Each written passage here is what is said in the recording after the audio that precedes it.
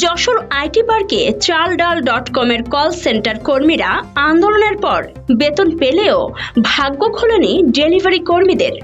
সেই ঘটনার রেশ কাটতে না কাটতেই এবার বকেয়া বেতন ও ঈদ বোনাসের দাবিতে কর্মবিরতিতে নেমেছেন যশোর শহরের ঘোপ সেন্ট্রাল রোডের ওয়্যার হাউস পয়েন্টের ডেলিভারি কর্মীরা। যশোর ওয়্যার হাউস, এটা আমরা এখন বর্তমানে কর্মবিরতিতে আছি। আমাদের আর কি বেতন ঠিক মতন আর কি দেয় না, মানে জানুয়ারি মাসের বেতন পাবো আমরা, বোনাসও দেয় না, এবং ফেব্রুয়ারি মাস মার্চ মাসের বেতন আমরা পাবো। তো আমাদের দিয়ে কাজ করানো হচ্ছে, কিন্তু আমাদের স্যালারিটা ঠিক মতো দেওয়া হচ্ছে না। আয়ার পোস্টে চাকরি করি, আজ মনে করেন 5 বছর চাকরি করে এই জায়গায়, এরা বেতন স্যালারি কোনোটাই ঠিক মতন দেয় না। আজ মনে করেন 1.5 বছর ধরে এরা স্যালারি নিয়ে এরকম মানে সমস্যা করে, আজ দিয়ে কাল দিয়ে এই করে করে সমস্যা করতেছে। এটা ঠিক মতন স্যালারি দেয় না, তাহলে আমরা ঈদ সামনে আমরা কিভাবে চলবো? আজ 3 মাস ধরে বেতন দেয় না, তাহলে আমরাও তো সংসার ধর্ম আছে, আমাকে তো এরই পরে সংসার চলে নাকি?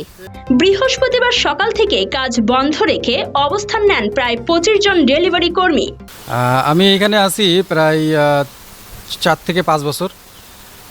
কোম্পানি প্রথম থেকে ভালো বেতন দিচ্ছিল, সব ঠিকঠাক ছিল, কিন্তু লাস্ট 2 বছর ধরে কোম্পানি বেতন নিয়ে খুব ঘোরাচ্ছে, এবং 12 ঘন্টা ডিউটি করতে হয় আমাদের এখানে। আর আমাদের সংসারটা ইন টোটালি এই কোম্পানির বেতনের উপরেই ডিপেন্ড করে। তাদের অভিযোগ, জানুয়ারি, ফেব্রুয়ারি এবং চলতি মার্চের 15 তারিখ পর্যন্ত কোনো বেতন পাননি তারা। দোরগোড়ায় ঈদ উল ফিতর, অথচ বোনাসেরও দেখা নেই।